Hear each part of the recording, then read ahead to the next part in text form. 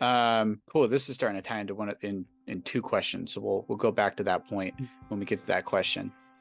The next one was like, what was it like with your first job? You kind of didn't know anything or know how the professional environment worked. How much did you know about how professional environments work before you went in? And then as you started to learn, what are like some of those key things and skills that you learned that you still use today?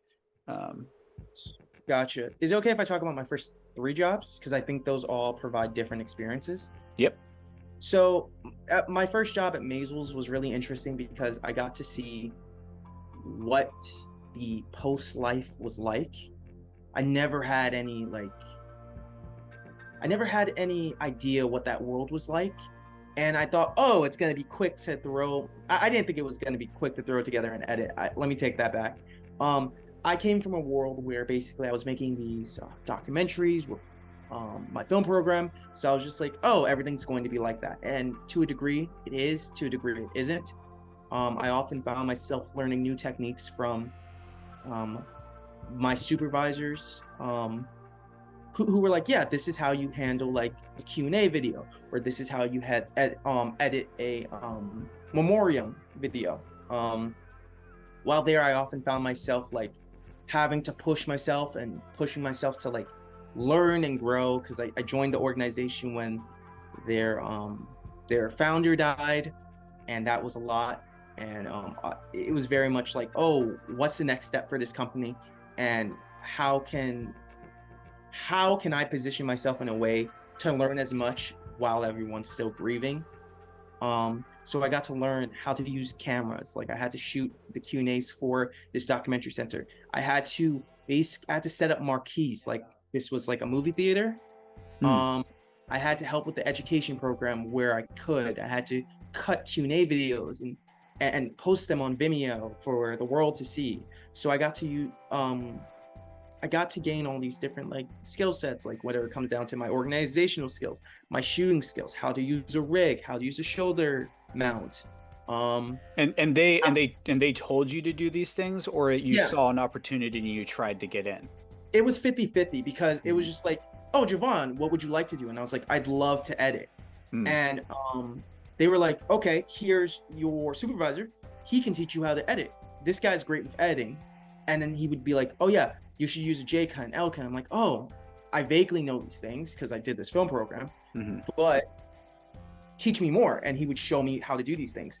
Or I'd be like, hey, yeah, I'd come in really late and they're like, hey, we're shooting in transit or a Q&A for Grey Gardens and they'd be like, would you love to shoot the Q&A for it? I'll be like, yes, I would love to. And they're like, how did that feel? I'm like, that felt great. I want to do more of that. So it Cool. was like a mixture of it. So it was a pretty open environment where you felt comfortable. Yeah.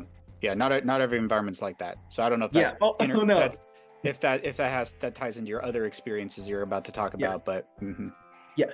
Not every environment is warm and welcoming and nice and kind and open to newcomers. I've often had jobs where like I did a Coca-Cola commercial. It was like very low key like production. I did like this Coca-Cola commercial with this production company, and they're like, "Oh, we're trying to like win this Coca-Cola thing," and I was like, "Okay, cool," and they put me in like the art department, and I came on today, and because of my skin color, they went, "Oh, you're Alex." I'm like, "No, I'm not Alex," and they're like, "Oh, then who the fuck gives a fuck about you?" And I'm like, "Why was any of that necessary?"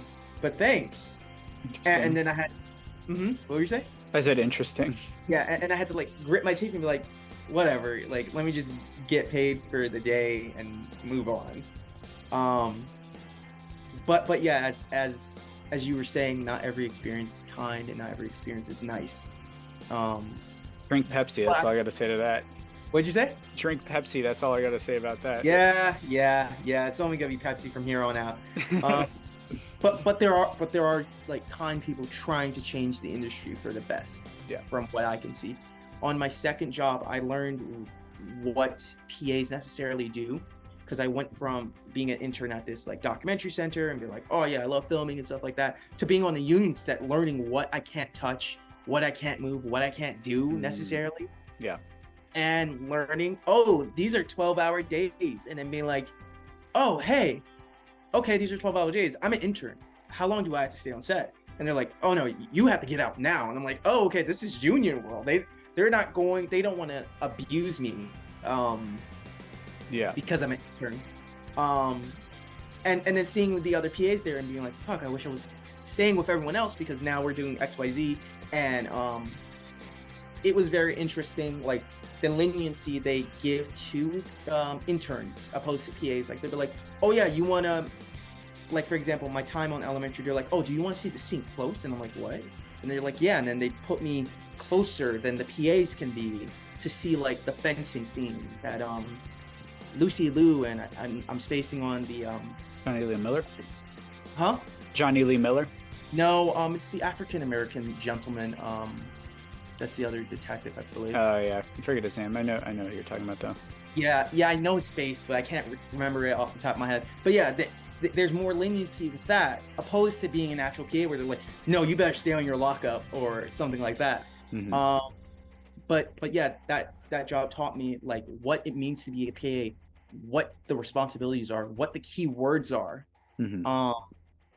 and what that might entail, like that job, that lifestyle, what that looks like, and how each department got to work, as well as.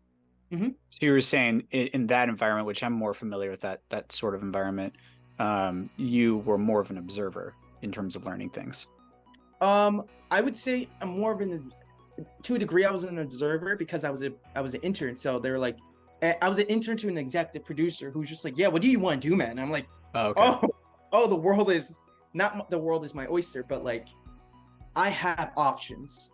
And how can I best utilize that to get my foot in a good place? But I was also a high school student, so I wasn't necessarily like trying to like manipulate anything. I was just like, oh yeah, this is just cool. Like I'm on a TV show.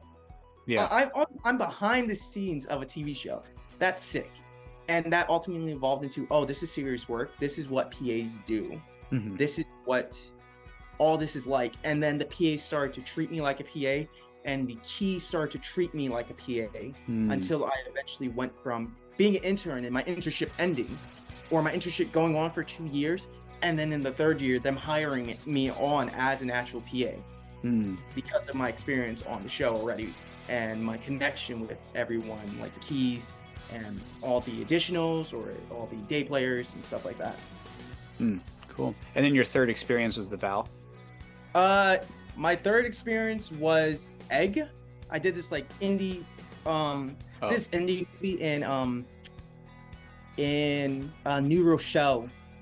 Whoa. And yeah, I had to like ride an hour or two every day in the summer to shoot this indie movie. It's a very different, these are three very distinct experiences. It's very good. Yeah. So it was like this crazy experience because I had worked on as a PA who I had up to that point. My experience with being a PA was, I'm a set PA. I have my role. I handle my lockup. I bring a sandbag. I do this. I do that.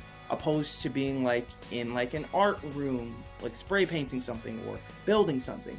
This job I got for Egg was very much hey, you're an art PA. And there I learned not everybody is nice, because I was told if you don't say copy immediately, you will be fired. She will fire me. She will let me go. If I don't wrap things properly, she will fire me. She will let me go. If I don't, if I'm not on time, she will fire me. She will let me go immediately. And I was like, dang, okay. So how can I make the best out of this tough situation? And it was there, like, I had to learn how to use power tools. I came from a very sheltered, not necessarily like sheltered, but I didn't like use power tools. I wasn't like crafty and stuff like that. So I had to learn how to build a set. I had to build walls and transform an old bank into an apartment. Like, it was like this insane thing, like making a like fake wall look like natural 3-dimensional bricks. Damn. It's something I had to learn, and how to work through the tough times and the pain, and I got a bunch of injuries and stuff like that. And it was very like grime and gritty, and like it showed like the juxtaposition between union versus indie, and it was like, where does that line exist, and what am I allowed to do on each role? Yeah. Wow. So was it a lot of YouTube trying to figure that out? No, it was like me on set doing it, and then this was something new to like my film program as well. So Mm. like basically, I was like the test dummy. I was like, they were like, you go in there, you learn this stuff, and then later on, they had me come in and uh they had me come in and then show like other alumni like, oh, this is what I learned. And it Right. was like very difficult because I in between elementary and this third show I did, I was a teacher. I was Mm. like teaching filmmaking after school. And I it was very like hard for me to decide between whether I should just keep teaching these kids filmmaking or if I should go and be a PA officially. Yeah. Well, so in this like high pressure environment, like how did you I don't know. I kind of don't know the question, but how did you handle that? Like when you were in those moments where you're like, I don't know what to do. Like how did you work through that in your mind? So as I said, I was a test dummy basically. So being in these high stress situations at work, I often found myself leaning on other PAs or other interns because I was an intern and I was a test dummy for my like film program necessarily. Um, they were they were like one or two other people with me, and I made a bunch of new friends, and they were all learning at the same time as me, Hmm. and it's so helpful to have them there because I was just able to lean on them and and basically ask them what they think and how they can best support me and how I can best support them. It was really a team effort, like picking up after each other necessarily. And I was also very wrong about the show. It wasn't Egg. It was this like movie with Matthew Broderick called To Dust, and we had to like figure out how to like make like a fake pig and all this other stuff, dig a grave.